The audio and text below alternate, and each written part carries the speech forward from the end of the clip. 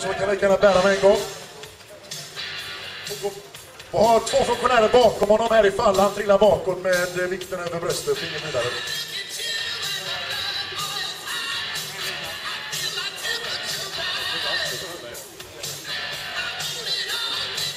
Ja. Så där ja.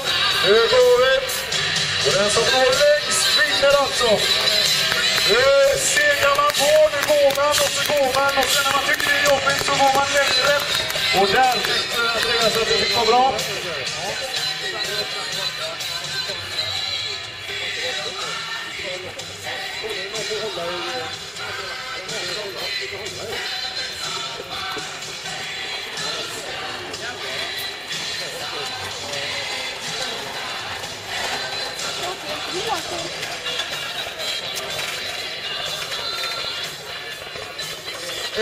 Komma 63.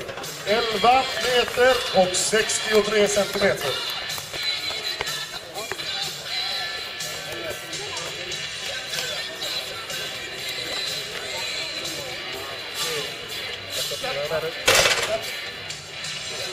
Ja.